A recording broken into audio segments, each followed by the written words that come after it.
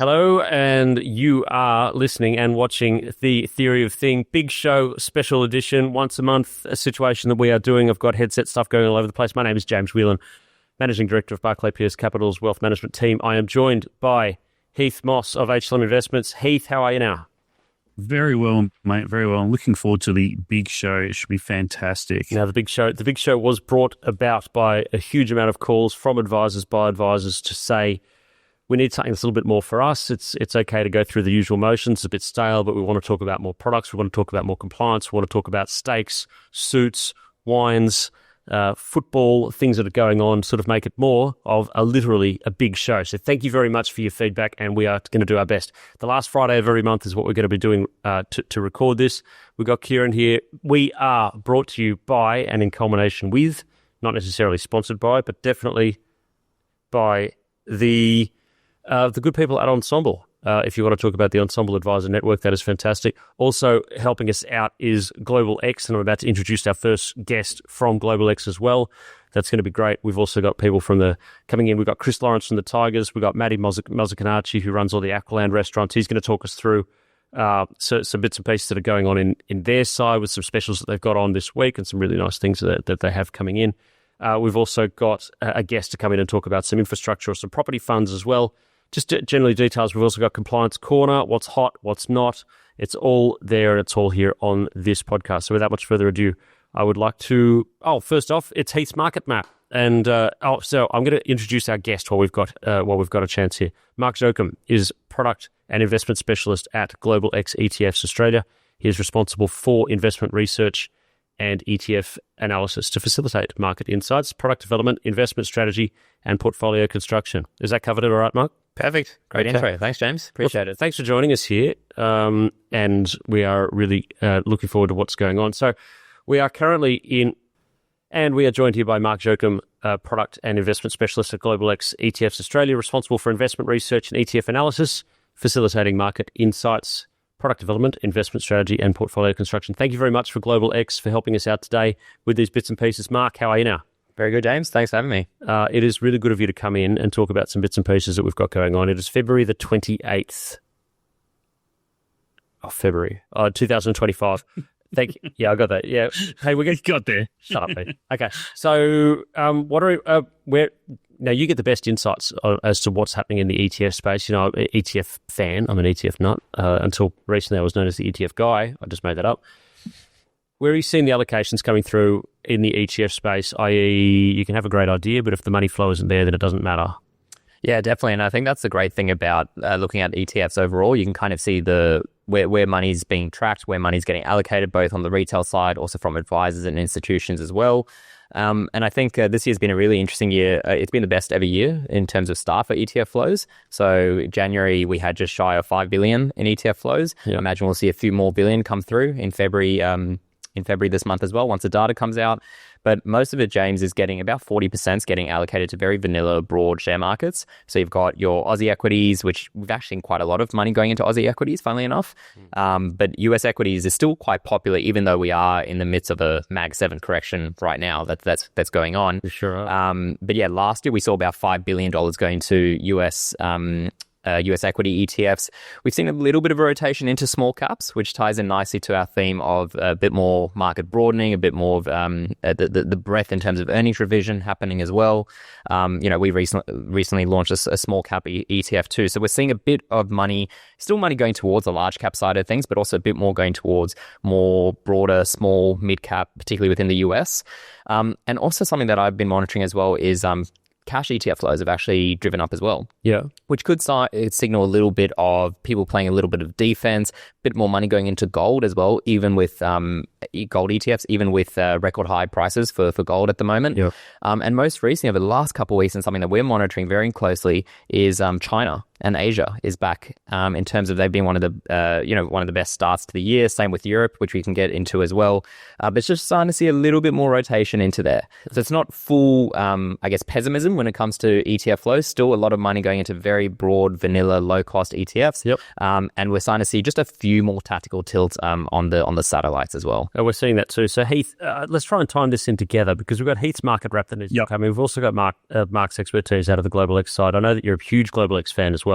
Let's see if we can tie together your market wrap and see if we can pick out a few ETFs that might be worth having a look at there, okay? I am going to pull that up. Ladies and gentlemen, for the first time on Theory of Thing Big Show, Heath, Moss, HLM Investments, market wrap. All right. Okay. Can you see my screen? Yes, I can. Beautiful. All right. So if you want me to start quickly, I'll start with the SBX. We've seen that sell-off over the last week or so. I think we're down about 2.5% since last Friday's close, which is a significant sell-off in the grand scheme of things. And we saw that very large sell-off last night based on some more weak macro data out with initial jobless claims coming in heavier than expected. But also, Tariff Man is back. It's more about Trump and what we saw in his first term, where he's a little bit more erratic, because only yesterday he said we're still waiting until April, I think, 2nd, to place more tariffs on Mexico and Canada. But he sort of reversed that last night and said, no, they're coming next week on the 4th of March, 25% on Mexico and Canada. He didn't feel they were doing a good enough job with their stopping the drug flows, etc.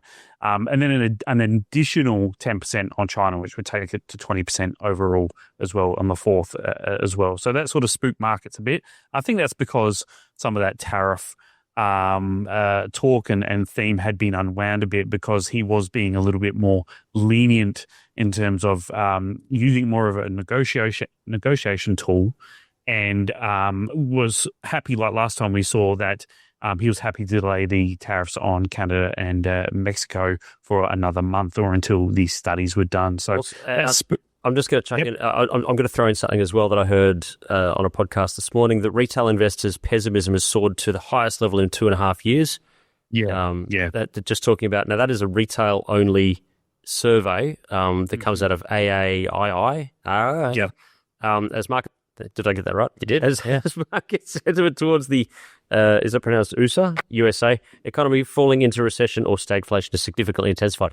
Mark, that may explain a big part of the cash ETFs or the cash funds getting more flow coming through. Yeah, it's really interesting. I always feel with a lot of these sentiment indicators and surveys that you can almost like do a anti-trade on what's happening. Like when there's a peak pessimism, maybe that's not when you want to be in defensive products like cash and bonds and gold and the other and vice versa. So I wouldn't read too much into a lot of these survey analysis, but yeah, considering that we've seen, we saw bond yields fall last, I think it was earlier this week, and we saw a bit of a rally in terms of bond prices. You still could start to see a little bit of people worried. And I think when it comes to expectations at the start, if you look at some of the leading equity sell-side analysts in the US, they were very, very bullish on the S&P 500, which is very different to last year. Last year, they were a little bit more bearish, and there was about a 77% error in terms of what they had for their price forecast.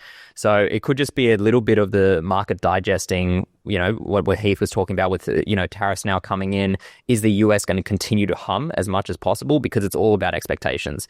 And when expectations are really sky high, anything that comes short of that could bode for a potential rotation, and that's probably what we're seeing a bit more with a little bit more money going into cash, still a little bit of money into gold, and also seeking safety within things like treasuries as well. I do see it sort of as an inverse thing, and Heath, I know that you will as well, that, what is it, the thing that's in the Morgan Stanley you're talking about? Sorry, the Morgan Stanley, the fund manager survey, the FMX. Yes. Bank of America. Bank of America. Oh, my God. It took me 4 stats to get there. This is it's a big Friday for old Jimmy here. The Bank of America Fund Manager Survey that has the cash levels. When the cash levels get to a certain height, a certain width, that's usually a good time to charge in. When it drops down below that 4% level, that's a time to maybe think about taking a little bit off the table. The biggest thing that happens in an investor's life is realizing that lots of cash on the sidelines, the media will say people are scared. That's actually a really good time to actually charge into the market. Heath, I interrupted you. Please go on. No, that's fine. And I think to add to more what Mark was saying about concerns about the US economy, I think the concerns have shifted from inflation to the growth of the US economy now, because if Trump is going to cut jobs, he's going to fire people, he's going to cut the budget, and there'll be less injection from the US government in terms of the economy, then that's going to place a headwind on the economy itself. So there's fears now, because previously, pre the inauguration, it was all about Trump pumping up markets, pumping up the economy, huge liquidity injection via tax cuts, etc. But now that has sort of shifted, and the market is a little bit nervous and wants to see some evidence that the economy is still okay or going to be okay. Because Trump does want monetary policy weaker or easing monetary policy, and maybe he's looking to do that by slowing the economy down a bit and rattling those jobs numbers a little bit, so that the Fed and Powell are happy to keep on cutting and get that down. Because at the moment, a lot of the economy is driven by the public sector, by the government, with all their spending, etc., and handouts that we've had over the last 4 years. He wants to shift that so it's more driven by the private sector, so that he wants credit cash rates down to make credit look a lot more attractive. Therefore, more people are getting loans, etc., and spending in the economy in the private sector. So I think that's what he wants to happen over the next 4 years. And I think the ugly part to start with is where we're at now. In the first half of this year is going to be a little bit. There's going to be a bit of volatility as we've seen. So if we just move on to the NASDAQ quickly, same sort of chart, down about 4.5% over the last week or so since we last spoke. We spoke about small caps a little bit. Now, that's looking quite... I mean, the chart's not looking great there, unfortunately, for small caps. I mean, there's been a lot of talk about small caps being the place to be in 2025. But to me, that chart does not look conducive to jumping in to these small caps. And that's because, obviously... You see three fairly black soldiers that are going on there with a few stumpy ones that are stuck in between too. So exactly. Technically a very ugly sort of chart looking at that one. Exactly. Yeah, and just to jump in, it's actually been caps that have actually been outperforming so far this year. When you say outperforming, you mean going outperforming, up? Yeah, going down as much, if you know what I mean. Yeah. Welcome to 25. Yeah, go. Where a lot of people, because small caps kind of have that like very cyclical play. You've obviously got the large cap tech, but even today there's been a huge sell-off. Some of the sectors are actually positive when you look at like things like financials, look at things like healthcare, industrials, insurance companies. So yeah, we're actually seeing a little bit more, I guess less downside within the mid-cap range. Does echo what Mike Wilson said on the, help me, Heath, JP Morgan? Morgan Stanley. Morgan Stanley. Oh my God. I'm having a day for it. Mike Wilson. You'll get there. Let's get after it. I'm Mike Wilson. I can do that impression quite well. So just talking about bad for indexes, good for stock picking. Yep. Which is, I could see that sort of, and sector picking as well, if you want to pick that out. Speaking of, so you've got small caps there. I mean, I don't see any That's reason. the Russell. That's Russ? Yep. Yeah, he's looking great. Yeah, looking great. Looking a bit shaky there. And that's because obviously these companies are smaller in nature, more sensitive to economic variations.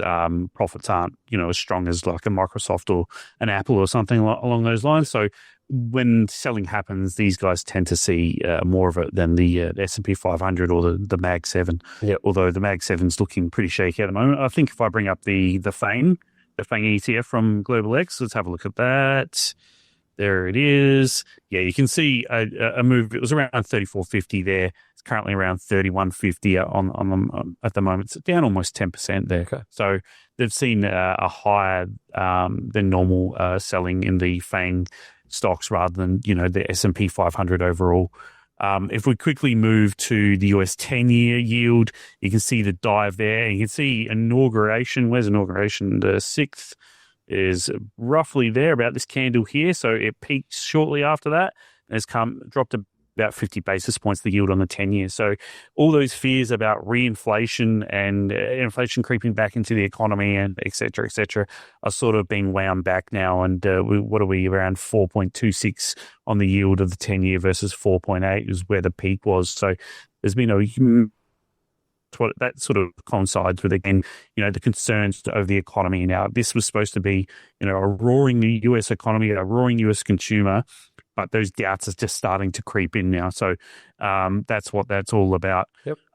US dollar, seen some pullback, although it was stronger last night. Again, you've been seeing a little bit more strength in the euro. Euro's held up quite well versus the US dollar, but other currencies like the Mexican peso and the Chinese yuan have been quite weak because of those tariffs as well. So yeah, I could see that going. I'm going to cut because sorry, I'm not going to cut you off. I'm just going to go. Let's just take it in a different course. You know that I'm a Europe fan and have been just on a simple valuation basis. I think on the chat, Heath, I was talking about Europe trading at basically nothing compared to what everyone else. Mark, what have you got for Europe for us?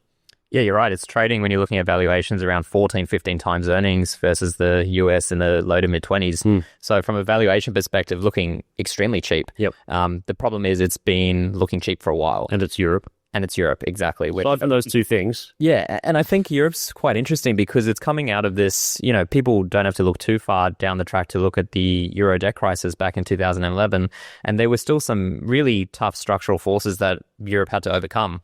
When you're looking at the markets like Portugal, Spain, Italy, Greece, and now what's really interesting is it's been the best, one of the best equity market performances so far this year. It's up about 12-13% year to date versus the broader market, which is now, after the correction, is now flat pretty much. Yep. And I think what's been the key driver is around the surprises, both to earnings results and to economic surprises. Europe is one of those nations where there's almost one step back, one step forward, one step back, one step forward. But now you're starting to see a little bit of momentum within the European economic activity. And then from an earnings perspective, you're seeing this earnings breadth revision, which is a very fancy way to say a lot of analysts were very bearish on European stocks, and now they've actually exceeded expectations, so they're upping their revisions in terms of earnings for this year. So it could actually be quite a good year for European equities, and it's also backed by the macroeconomic policy. You've got the ECB, who started cutting rates back in June 2024. There's now another 3 rate cuts priced in. They might be even at 2% by the end of the year, currently at 2.75%. So that's kind of boding quite well. You've also got the Draghi report that came out from the former ECB about Europe being a bit more competitive, coming up with innovation, being a bit more productive member of the global economic GDP. And then you've also got elections as well. So Germany's going through an election at the moment, forming a bit more of a right-leaning wing party, which is going to be quite conducive for pro-growth, pro-business. Yep. And then, just on your last point, even though there's a lot of tariffs and a lot of potential trade wars that the US is focusing on, there could be a bit of more activity happening from ex-US economies trading with Europe, whether we talked about a resurgence in China. They've obviously got a lot of demand for luxury goods. Where do you go for luxury goods? Europe. If you look at companies like LVMH. So that could also be a nice little tailwind for Europe too. Again, there's defense. And defense as well. So they've increased their defense expense from, I think, 2.5% of GDP to about 4% for this year. And on the Russia-Ukraine war, if there is a bit of a ceasefire that happens over there, the restoration costs, I've heard, can be in the hundreds of billions of dollars, which can create a lot of domestic and manufacturing construction activity over there. I think that's priced in, though, the ceasefire. So that's where I would also exercise investors to be a little bit cautious, because if that doesn't materialize, there could be that left tail risk. But we've started to see a bit of rotation into our Europe ETF, ESTX, which tracks the largest 50 companies. So it is something I'm monitoring, but I still wouldn't count them as being the go-to play for this year. But sentiment is changing. All right, we'll stick around for a second, Mark, because I've just had join us is Mathieu Mozziconacci. Now, we're going to try and do this at as we go, because the idea of this podcast is people come in, people go, everyone's got an interest in this one. So, Mark, I know that you don't mind a restaurant or two. I know that I definitely, I don't mind a restaurant or two either. Now, Mathieu is the group general manager of Etymon Projects, which is the Aqualand restaurants that are under there. I first met him a while ago, but we're talking about Poetica that's up in North Sydney, which is amazing. They do this thing with the oysters, which is phenomenal. And what is it? The Lulu, the boulangerie and the bistro that they have there is amazing French food that's over on Milson's Point. And they've got a couple of places around here as well, including the Charles. Mathieu, we're going to try and do this. We're doing this live, my friend. If you start speaking, I'm going to tell you if I can hear you or not. Yeah. I can. Fantastic. All right, mate. Thank you for joining us. Thank you for joining us on the Theory of Thing Big Show edition for February. Now, what have you got for us this week, mate? I thank you very much for the introduction. Obviously, very excited to be part of this big show and very humble to take place on that. So I just want to talk about one of the restaurants just met recently, which is the Charles. So the Charles Brasserie is located in the CBD on King Street between York and George Street. Yeah. So this is our refined dining restaurant that we have. And I would like to talk about one of our signature dish, which is the duck à la presse. So we're using ducks from Aylesbury, which is a farm in North New South Wales, and we basically dry aging the duck in our dry aging fridge cool room for a week before we start cooking it. So we basically separate the leg of the body after a week, and we confit them slowly, so in duck fat. Overnight, slowly cooked, and then after that, we just marinated the duck breast in honey soy glaze, and we just deep fried it, so we have this nice coating and this beautiful crispy skin that everybody loves. We call it a la presse. Is a technique used back home where you basically press the carcass of the duck, and you get this beautiful jus that we mix in a pan as well with some jus gras and Pedro Jimenez. So it's got this very nice glazy texture that is just delightful. It is our signature dish. I think if you come to the Charles on a date or with colleagues and you really want to treat yourself, this is exactly the dish you wanna select to enjoy the moments. Well, fantastic for that, Mathieu. And what would I be pairing that with if I was going to be ducking it on Friday? Ducking it. Yeah, you got that thing. God. Actually, ducking on a Friday. Look, a nice bottle of red would go very well. You know, if you like some medium body, we can do some Cabernet. If you like something a bit more richer, we could go well with a sauce. I would go for a nice Shiraz. Okay, not bad. So that's ducking into the Charles on King Street. Make a booking, obviously, if you want to do it. You go through the show, and I'll be able to put you in touch with who you need to talk to be able to get that. Anything else going on over at your end of the world there, Mathieu? Plenty of things going on. We're opening Lulu Bistro in the CBD at Martin Place Metro Station in about a month's time. So we're exporting the brand in Nielsen's points and bring it to the city. So it will be located at the entrance of the metro station in Martin Place. So at the Macquarie building. So as well, an exciting projects coming up. A few more things on the pipeline, but I have to keep secret at this stage. Oh, very good. Okay, well, anything else that comes up, you let us know, okay? And we'll talk to you next month. We'll definitely. Thank you very much for having me. Au revoir. Thanks, Matty. Au revoir, merci. What a great guy. Fantastic. I've got to try that duck a la presse. Yeah. Yeah. Never heard of it, but I'm very keen. Yeah, so the Charles is really nice, actually. It's good. If you and Matthew's still here, you can just drop off if you want, Mathieu. If you want, yeah, there you go. This is great. We're doing it live, and people are coming in and it's working. The Charles, I went there with the guys from Open Markets just before Christmas. It was just an amazing time to have there. So they really do. They do a good job. It's got an upstairs, downstairs. It's got this little bar section. You get a burger and a glass of wine for a very reasonable price as well in this economy. Which is not too bad in this economy. All right, back to Heath and Marc, because we were talking about European and defence, which wasn't the standout choice. Do you want to talk about China? China. Yeah. Oh, actually, sorry. I did. I'm ruining your rhythm. Go for it. Sorry. The European, the Global X European Top 50 chart on the screen. ESTX. You can see that probably about a 10 to 12% move there for this year.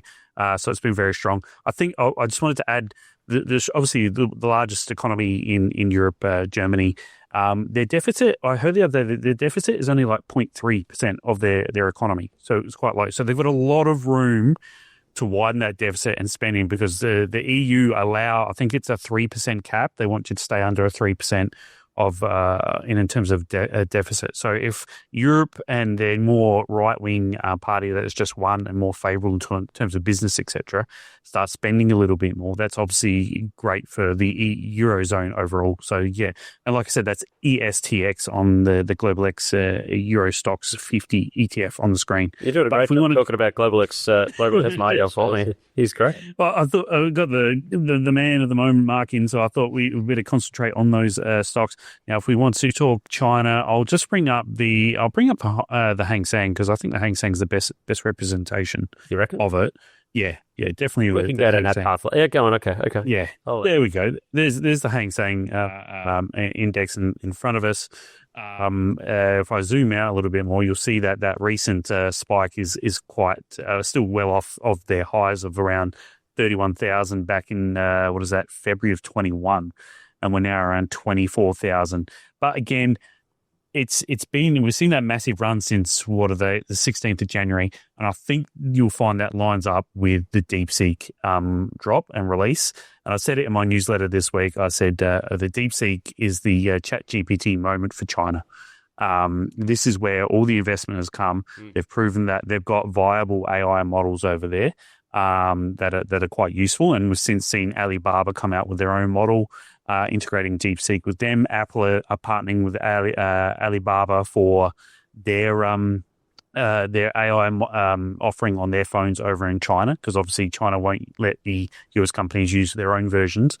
So we've seen a massive run up there. What is that? That's at least 20% there, from around 19,000 to 23, almost 24,000. So almost 30%. There's a massive run up there. And it's all about that. I think that AI play, we're now starting to see what we've seen the last 2 years over in the US with the AI play and the Mag 7 start to happen in China and Chinese indexes. Do you remember what I said when the DeepSeek thing came out, that there was some chat about, it's not USA versus China anymore. It's about China province versus China province, about who's coming out with the most innovative. I believe that is the case, and I do believe that not enough credit is being given to the DeepSeek phenomenon as to why the US market has taken as much of a hit. With the capex that was needed, that everyone was saying, all those nerds that said that I needed $200 billion to be able to build all this data center to put all this to put all this together, the question mark is now over the top of it, whether it is or isn't. It's not identified yet, but I think that if you've got a question mark coming over whether we need to have that amount of investment, you're going to start pulling back. And I did see something about was it Apple or Microsoft or one of the big ones that was pulling out a lot of its data center investment going forward. And I've dreamt it, or I can't find it again. No, you're right. There was Microsoft that cancelled a few of their data center contracts, but that was simply because it was allocated to OpenAI. What they're actually doing is diversifying their AI spend. They don't want to spend all this money with OpenAI, and then everyone else gets these other hundreds of thousands of companies that are going to have AI services and that, and Microsoft misses out. They don't want to put all their eggs in the one basket. Right. Well, I think. Yep. And I think the a lot of the problems and a lot of cloud that came with DeepSeek over AI have really been dismissed and proven to be sort of ineffective, because we've seen the Mag 7 double down on their capex spend. It's up probably, I think, 50% this year. It's $325 billion that they're going to spend on capex. And we've also seen just Grok came out in the last week with their latest offering, Grok 3.0, and that was on the back of increasing their cluster from 100,000 to 200,000 GPU units, and sort of proving that, hey, the more power you have, the more additional learning you have, yes, it is highly beneficial, because their AI offering has now just rocketed to the number one position in terms of performance on most metrics, and is much better than ChatGPT and DeepSeek and all those others as well. So I think that's sort of proven that, hey, and plus all the DeepSeek stuff sort of, they did use a lot of NVIDIA chips. We don't know how much, but it definitely wasn't only a $6 million outlay. We know that. Yeah, that's right. That was the headline on the up at the what was the conference that they had, the one in Davos. Sorry, Davos. Yes, and that was they timed that announcement. Everyone wanted to cover it, and it was fantastic. And just if I could just jump in, I totally agree that these hyperscalers, as Heath said, I just continue to spend a ton of money. I think I saw a really interesting chart that their expenditure on capex is actually reached levels now that the US government has spent on R&D. So there's vast amount of money going in it, and I agree with what Heath was saying, that this isn't necessarily bearish for the AI semiconductor industry. It's just talking about the greater players that are going to be benefiting from the AI shift that we're moving into, whether it's enablers, adopters, and DeepSeek coming out with a low offering is actually good, because these companies can now not be reliant on one particular provider. So I think it's really important to have a diversified exposure across the whole AI landscape. Yeah, I do as well. Now, let's talk about the exposure into 2025 going forward, Mark. Yeah, I think 2025 is going to be a very interesting year, because we were very, bullish on the idea of UX exceptionalism. It's been a very common rhetoric that a lot of people have been talking about so far this year. We're probably just going to see a bit more, like I said before, broadening. So if you're looking at earnings expectations have actually been coming down for Mag 7, actually been increasing for those small cap type companies. We have seen a little bit of a sell-off in small cap, which is natural. But I definitely see this idea of the US being the market that people want to get growth, is where it's going to keep coming.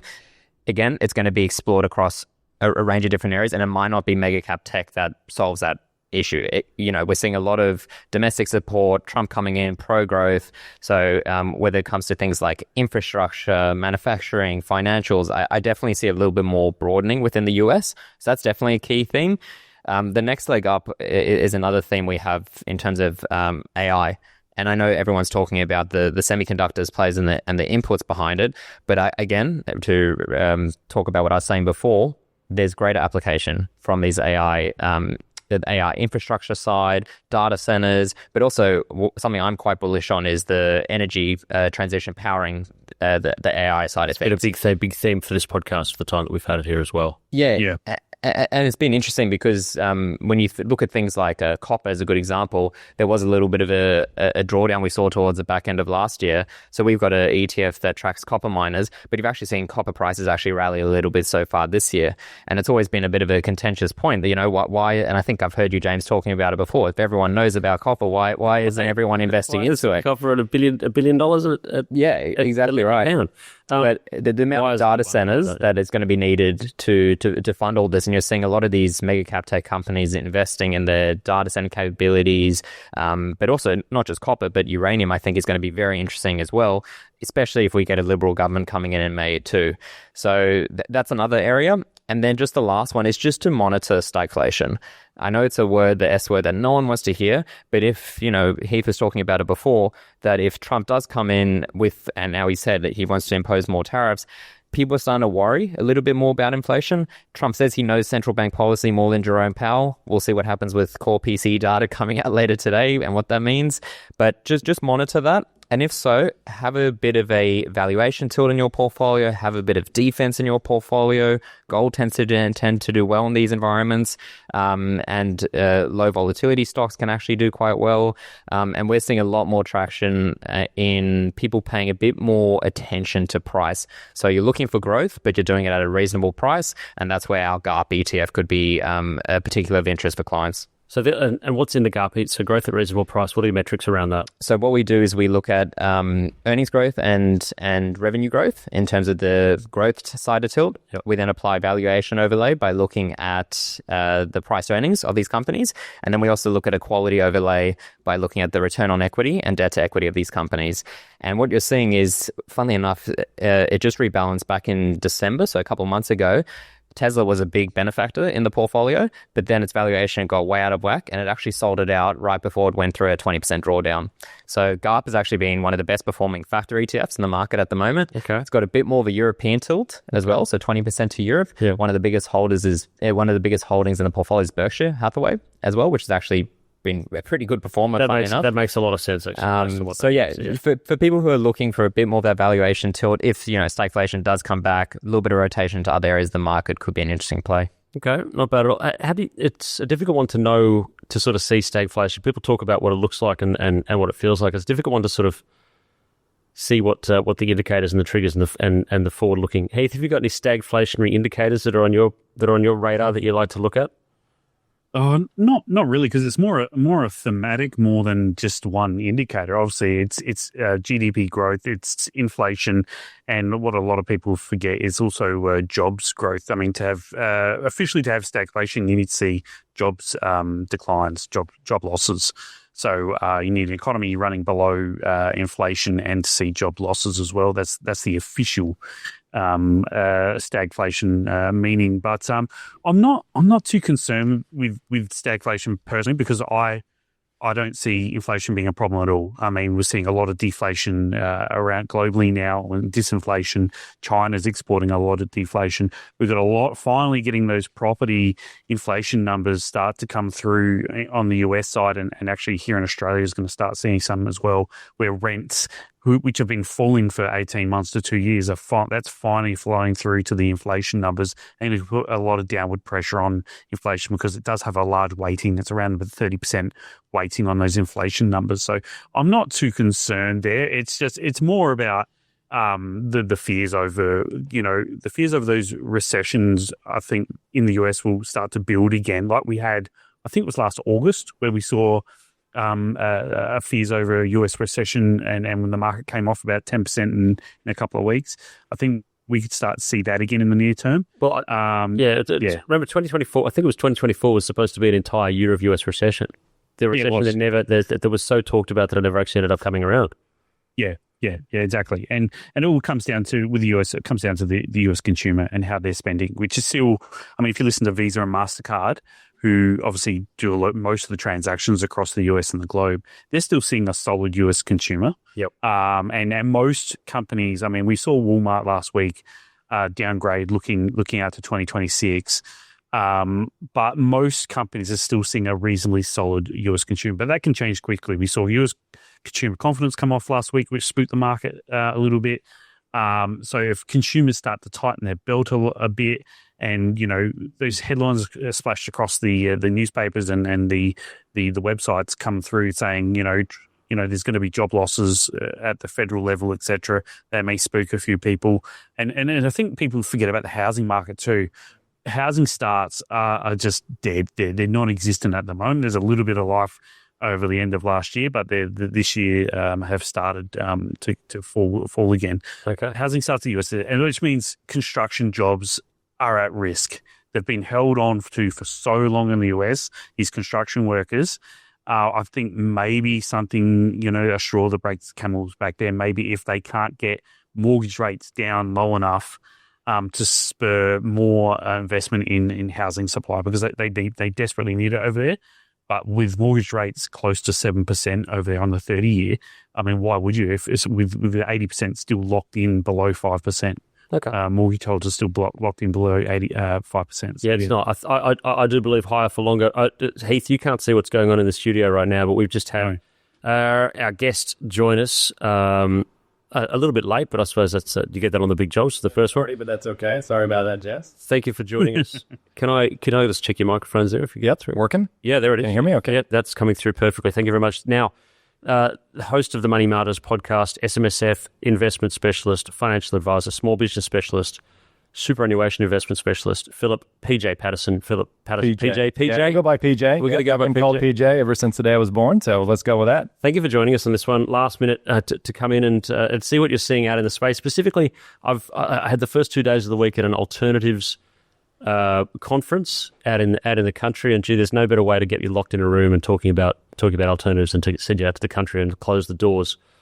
Anything in the space that's lighting you up at the moment? I think alternatives is a great space. First off, thank you for joining us. Yeah, my pleasure. Thanks for having me. And again, apologies for being a little bit late. Look, I think the alternative space is fantastic, and it's something that people should have in their portfolios. For me, I use an Australian firm for my fixed income and alternatives exposure called Palace Capital. Ah, yes. Heard a lot about them. Yep. Yeah, they're fantastic. I have done now for a little bit over 2 years. My clients love it. It's mainly one of those things I use in portfolios to reduce volatility, give them a good fixed income style return.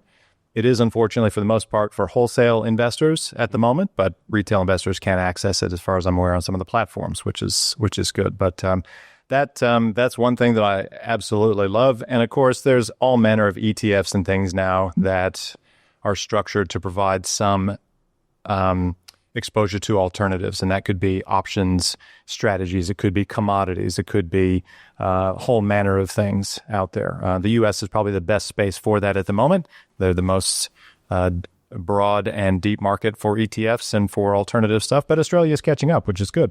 It is, and if there's one thing that I took away from this side is that the growth in credit has been phenomenal. Sorry, I'm going to. What have you? Yeah, no, you're right. I mean, the growth in credit is astounding. I think what's happened, particularly in Australia, and it must be a worldwide phenomenon, is a lot of the banks are getting out of some of the credit space. So they don't want to lend. Hang on. Sorry, PJ. We just lost the Wi-Fi. No, we just lost the Wi-Fi for a second. It's just Heath, right? Yeah. Just when he... And we are back. Sorry about that. Sorry, yes, credit, the growth in credit. Yeah, growth in credit. So I'm not sure we dropped out there, but what I was saying is that Australia, and in particular in this credit space, I think has seen a general withdrawal by the large banks from the credit space. So they don't want to lend to, for example, land bankers, to developers, to those big construction type loans for development purposes. I think the banks got burned by that many, many years ago, and they just haven't kept the skill set up. So private credit now is one of those spaces that has grown leaps. I mean, billions and billions of dollars of private credit are being lent out now. And I think there's some very good providers of that. Now, a lot of those guys have to raise capital through private placements, through family office, through high net worths, and through institutions. So it's a great market segment to be in.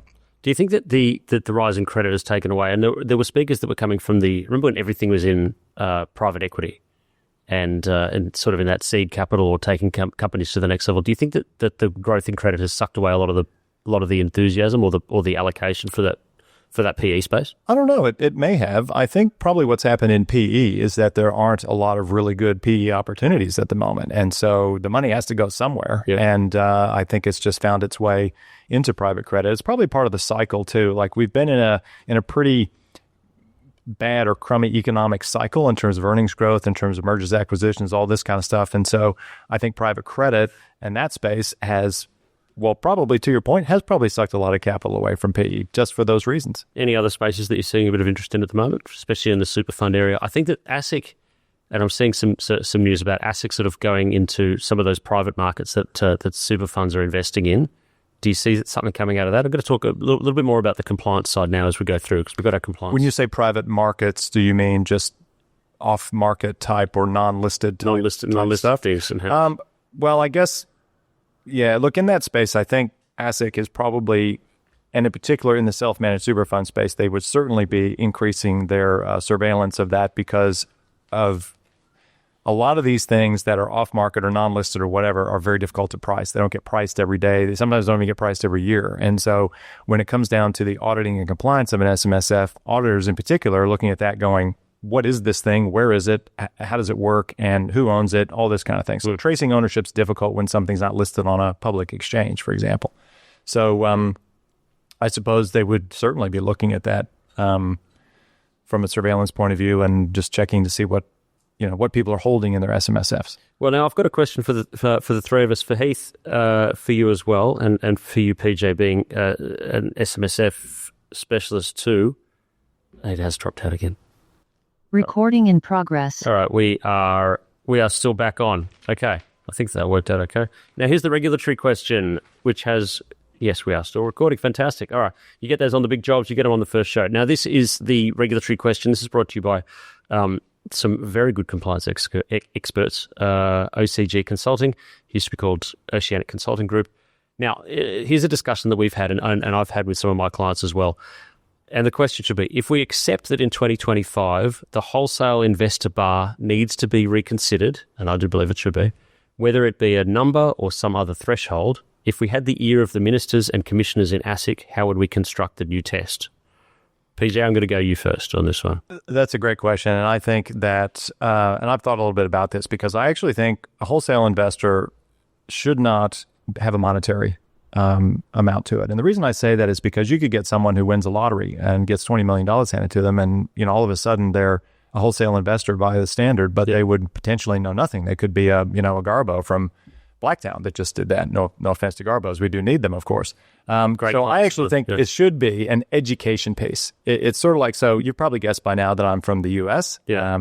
And everyone there likes to bear arms and have guns and things like that. And most states have some requirement that in order to get a firearm, you need to go and get some training and get licensed to do that. I don't see why that wouldn't be the case with a wholesale investor. Get them to go through some sort of course. It could be a TAFE course. It could be, a number of hours of training on investing, and then get them to work with a financial advisor as well who might specialize in wholesale type investing. That to me would be a far better outcome for clients, because frankly, I've got some very switched on clients that have $500,000 invested. I've got some not so switched on clients that have millions of dollars. Yeah. And so the monetary threshold to me would be ludicrous. So if any ministers are listening to this podcast, please consider an educational standard. Heath, your views on the wholesale test and maybe what it should be tested on, as opposed to just wealth that you happen to have? Like, why, just because you're a doctor and you earn over $250,000 a year, you can be excluded from the usual protections that retail clients get. Our athlete clients, we've just been joined by Chris Lawrence as well. G'day, Chris. How are you? Played 8 hours of games for the Tigers and a few games for Australia as well, and didn't do too badly, mate. We're just talking about wholesale investors and clients that can be excluded from retail protections that they would be they would be allowed to have. The wealth test sort of gets them out of that particular sort of area. So is Heath? Sorry, I was just going to Heath. Mate, what do you think the test should be on? Yeah, I'm in agreement with PJ there. I think when we sign up a client and do options or warrants or something like that, they've got to do a simple test. Now, it needs to be something a little bit more expansive than that. But I agree. Their knowledge needs to be tested and expanded. And there has to be some sort of training there, because I think they were going to raise the cap to 5 million, I think it was, and that got rejected by I can't remember, it wasn't ASIC. I think ASIC was pushing it. Yeah, but whoever it was rejected it. I don't think the difference between 2.5 and 5 million is really null and void. I mean, and the monetary value is null and void. It is those protections. It is, like you said, having that advisor hold your hand as well. If you're going to enter into a wholesale product, I think then you need to have an advisor with his name on that product as well, on the application as well, to say, I understand the risks, I understand what's happening here, before you sign on the dotted line. And so you're putting all your money. So you're putting the burden back on the advisors to on that one, which is fair. If I could just jump in, the answer needs to be, this is an answer that comes through from OCG. The guys at OCG have just chuck that on. Hang on, the guys at OCG. Wait. Sorry, I've got everyone doing something here. Great. The guys at OCG have put a lot of thought into how to strike a commercial and compliant balance here. They're generally happy to have a chat without starting the clock. If you want to bounce something off them, there'll be a big thing, and no matter what the election. Now, they did tell me what's going on. I do think that if the coalition comes in, if the coalition comes in, there's less chance of it being changed. But if Labor does manage to maintain at the federal level, then there'll be a change that goes in. According to the OCG, and without giving exact specifics of how it is that they want to play it, the answer needs to be a mix of sophistication and wealth. So the huge intergenerational wealth transfer about to occur, we're going to end up with all sorts of people with millions of dollars in investable assets. Simply taking a number to this is not solving anything. Maybe a mixture of advisors holding hands through the way through and having some ownership on it. Maybe also with clients taking a test and being somewhere qualified also does work too. And maybe just at a basic level, just raising that number just to start off with as well. Could be. Now, we do have Chris Lawrence who's here. And Chris, mate, thank you very much for joining us on the show. How are you now? I'm going really well. Thanks for having me, guys. Jumped in at an interesting time by the sounds of it. Yeah, it's been an absolute cacophony that's going on. Mate, look at where I'm sitting. I know that you can't see where I'm sitting theoretically, but I'm currently sitting in the Ensemble Studios, and thank you very much to Kieran as well for all the work that he's done putting this slap show together on this one. Mate, I'm not sitting in Las Vegas, and this time last year I was currently on a plane on the way to Auckland, on the way to the US to go to Vegas, mate. The NRL season starts in a couple of days. What are you seeing as the things to watch and the things to miss? Yeah, look, I think it's going to be a really interesting year. Likewise, I was 50-50 about going to Vegas this year and was potentially going to be on a plane yesterday. So I think I'm going to block everyone who is over in Vegas on social media over the next weekend. A bit of FOMO not being there, but it's going to be really good to see the action kick off over there on the weekend. And yeah, just an interesting year altogether. I think the big question is how are the Panthers going to go without Jerome Luai? Can they go 5 in a row? I think obviously if they can go 5 in a row, they are the best team ever. If they're not already up there, but going 5 in a row without their major stars is going to be the biggest challenge. And obviously there's plenty of sides down the lower end, like the Tigers, with some big changes, with some personnel. So it's going to be really interesting to see how they go, how long things take to click. So it's going to be a really interesting year. So can't wait. Okay, and following in from that, I mean, you're obviously Tigers royalty, if I may say as well. Could the Tigers? I mean, 3 spoons in a row. That's that can't happen again, can it? No, definitely not. And look, I don't, without funny things can happen, and obviously, but with the side they have on paper, even saying moderately healthy, they will not win the wooden spoon. Definitely a lot of people, and I'm always an optimist every year when it comes to the Tigers. a lot of people have recently asked me how's the optimism, from the last couple of years. And I think from the last couple of years, we've seen some slight improvements, and we're hoping for, those 10% improvements throughout the whole playing group, but it's been largely the same playing group. Whereas this year it's completely different, so it's like, apples and oranges. Your whole spine, is changed essentially. You've got your whole new forward pack as well. So it is a different squad, and you've got some grand final winners in there as well. So, got a lot of young guys who have again debuted last year, probably got a lot more game time than they thought, and that's going to definitely benefit them for their experience. So, really interested to see how they go. I'm sure how they'll go in terms of making playoffs and finals. I think they do have the squad to do it. I think best case scenario for the Tigers is that, with 6 weeks to go out from the finals, they're within, 1 or 2 games of the top 8. And if they're fit and healthy, they've got a confident young side. So we saw it with the Bulldogs last year. They put 5 in a row into the finals. Obviously got beaten round 1, but went in with a lot of confidence. And I can definitely see the Tigers doing something similar this year. Now, I will stand by that. I've not marked my body in any way, but I did pledge to Chris that should the Tigers make the 8, I will get a tattoo of some description, probably of a tiger. I get to choose it as well. I get to choose that. It's got to be small. Got to be small. I don't like those things, right? So it's but that's what's going on. So this week, mate, round 1, which is sort of a half split round between Vegas and coming back home. What's your pick of the round here? I think there's a few overrated teams that are in this list here.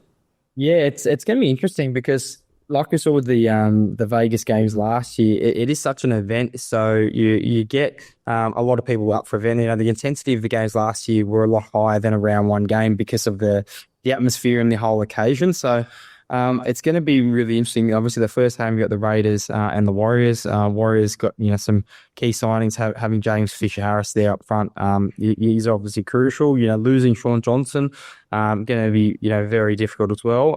How they weren't that great in the trials, and so Raiders haven't had that many changes to their squad. They got a couple of good young kids who have got some game time as well. A bit of talk around them with a bit of a scuffle with 2 of their guys, which I think is a positive thing for them. They're raring to go. If they're wrestling each other in a hotel lift, they're definitely going to get started. It's so funny talking to football guys who see Biff as actually being a really good sign that a team's coming together. Yeah. You people are very strange to me. If you haven't got a fight in your team or your teammates wrestling each other, then you're probably not geared up, ready to go. So I look at it as a positive. So because of that reason, I'm actually going to go with the Raiders in the first game. I think the forward pack will be too strong. And then you've got with the second game, you've got obviously the Panthers and the Sharks.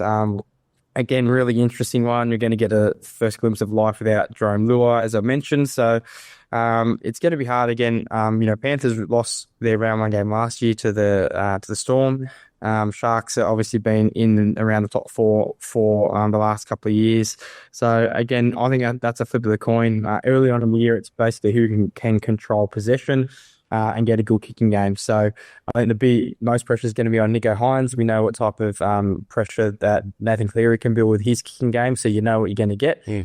So I think it's, they're not going to lose the game. They're going to make you beat them. I think the Sharks probably do have the strike power to beat them early in the year when they might be a bit underdone, the Panthers. So really comes down to, I suppose, the control of possession. If the Sharks hold the ball, I think they've got the strike to actually beat the Panthers early on in the year. But again, I think it'll come down to, I suppose, how Nicho Hynes' kicking game is and how they can control possession. Not bad. Well, okay, let's go into a little bit of portfolio management theory, and we're going back to the portfolio managers in the room. If an analyst or if the analysis shows you that 2 options are of equal chance of happening, which choice do you take? You take the one with the bigger returns. That's portfolio management theory. So if you've got a coin flip on the Sharkies versus Panthers games, and the Sharkies are outsiders, you have to take the Sharkies there based on simple portfolio management theory, I think. I'm a Sharkies fan, so I'm going to back the Sharks over this one. Oh, Mike's a Sharkies fan. All right, okay, good. That'll do. Yeah, well, I'm just having a look right now. So in terms of, because I've got the NRL app here now, Panthers $1.68 versus the Sharks $2.19. So without advocating any type of punting, I definitely would be looking at any line, because I think it's a closer game than that market definitely does suggest. I like it too. Very good. And where are you watching the game this weekend? It's on Sunday, isn't it, our time? Sunday, yeah, I'll actually be out at the Crossroads Hotel. So out there doing a bit of speaking, doing a preview and review of the games out there. Myself and another West Tigers legend, John Scandalis, we're going to be out there chatting to the punters out there and before and after each of the games. So if you are around the area, out in Western Sydney and want to pop down, yeah, Scando and I will be down there. Nice work. I'll be at the Northbridge Beer Garden at my place watching it as well. Now, Chris, while I've got you, thank you very much for helping us out with the tips. Now let's start to get into some financial stuff. You are one of the ex-players that we like talking to at Barclay Pierce Capital, and a lot of people do. I've spoken to a few people that deal with some athletes when I was down away in Melbourne as well. Do you think that a player, say a player who happens to get paid $250,000 a year, does that put him into a place where he knows more about financial products than anyone else? Because that's sort of that was sort of the discussion when you joined in. Yeah, and that's what I was really interested in when you came into that and started talking about athletes, because short answer no, and often quite the opposite, to be honest. Like you especially now, again, I'm just talking about NRL for an example, with the increase in salary cap and increase in minimum wage. 18 and 19-year-old players, even who aren't playing first grade, are sometimes being signed to $150,000, $200,000 contracts, and then those who are playing, on $300,000 or $400,000 and are 20 and 21 years of age, and so for these guys, often these guys, really. So often these guys, again, gets just thrown in the limelight. We do a lot of work from an education standpoint with young athletes and professional athletes through my business, One Wellbeing and One Training. And a lot of the times these guys have disengaged any type of education in school solely to focus on sport and nothing else. And that focus on nothing else and blinkers on and don't think about anything. So then 2 to 3 years later, they do achieve their goals of playing professional sport. But all those other skills that you build, in and around learning in any aspect, they do need assistance. So short answer, no. And it's, again, quite often the opposite. It's often the ones who are paid more early on that probably have the less knowledge, because they're probably have disregarded and any type of education focused on that. That is, again, not necessarily a generalisation. There are obviously exceptions to that, but a large majority of the players that do come through, because there is a short window of opportunity and is very competitive at a young age, to put all their eggs into that sporting basket to be able to get those contracts. And now, with, again, a bit different to when I was, I suppose, young, and my first contract was an apprentice wage at $20,000, and I think I was still on less than $50,000, and I already played 50 games of footy. So, and again, now you've got guys who have a 3-year contract totaling to $800,000 and might only play a handful of first grade games. So it's a different landscape, and definitely being in that bracket doesn't mean you necessarily have the skills to be able to know where to put that. So it comes down to trusting the advisor and the quality of the advisor and the people that are around you, and being able to diversify into that, making sure that some good financial advice is a part of the team that's around you, as much as just the agent and all the other people that you have and your trainers and that sort of thing. Thank you very much for that, Chris. Mates, have yourself a great weekend, and I'll talk to you soon. Thanks, guys. Chris Lawrence, One Trading, a Tigers legend, good mate of mine, and of the company as well. PJ, sorry, we're with you. Now, we're coming up on the 12 o'clock time when I sort of cut everyone off, and I think that we have to stop paying Kieran, our producer. So it's always a good reason to stop, yeah. Final words, final thoughts on markets, anything at the moment? This is the last bids around the grounds before I close off the show. Yeah, I think we've had a real interesting time in the U.S. The election and everything has caused a little bit of market volatility, but I would say going forward, U.S. economy looks pretty solid for the rest of this year. I think there's going to be great opportunities to invest. Hopefully, we'll see some more relief in interest rates in Australia as well, and our economy picking up. But yeah, I think the sun is shining, and make hay while the sun is shining. Outstanding. Mark?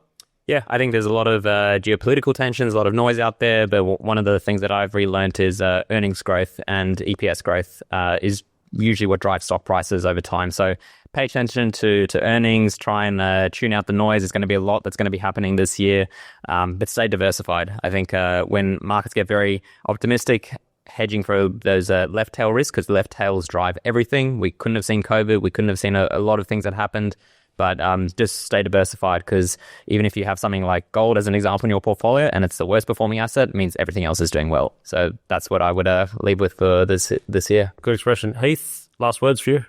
Yeah, look, I think the last 2 years have been obviously quite favourable and easy for investors, especially in the US, with 25+% both years. I think it was in the S&P 500, but I think this year's already proven it's going to be a lot harder, and especially I think in the first half. I think the second half things get a lot easier and the market performs a bit better, but waiting for those tariffs and the uncertainty of the US economy to wash through to the markets, I think the first year is going to be a lot harder, and so stock picking is going to be incredibly important. But I also think it's going to provide us with a lot of opportunities. We've already seen a lot of the Mag 7 sell off quite heavily. Tesla's down about 30%. Microsoft's back below $400, etc. So I think when the time is right and you've got that shopping list ready to go, you're going to get some high quality companies at decent discounts moving forward. Excellent. Thank you very much for that, Heath. Okay, today, thank you very much, Mathieu Mozziconacci over at the Charles, talking us through the duct. We've had Marc, who has joined us from Global X. We've had PJ, who's joined us from where do you want to be from? Money Matters podcast? Intrepid Wealth. From the Intrepid Wealth. I wasn't even on the list. From Intrepid Wealth. I went through everything else that was on there apart from the actual place that you've had for about 20 or so years, I think, is there as well. Hey, we got it in there. We did. We've had Heath Moss from HLM Investments. We had Chris Lawrence from Tigers One Training as well. And we've had myself, James Whelan, Managing Director of Barclay Pierce Capital's Wealth Management team. Absolutely exhausted. There's a time that I wish that I wasn't doing this non-drinking thing, but I'm going to go and get myself a heaps normal and then get myself back to work. That has been a hell of a thing. Thank you very much for everyone who contributed to the big show. We do this once a month, thank God. And that is it. Have yourself a good one and stay safe. Have a good one, everyone.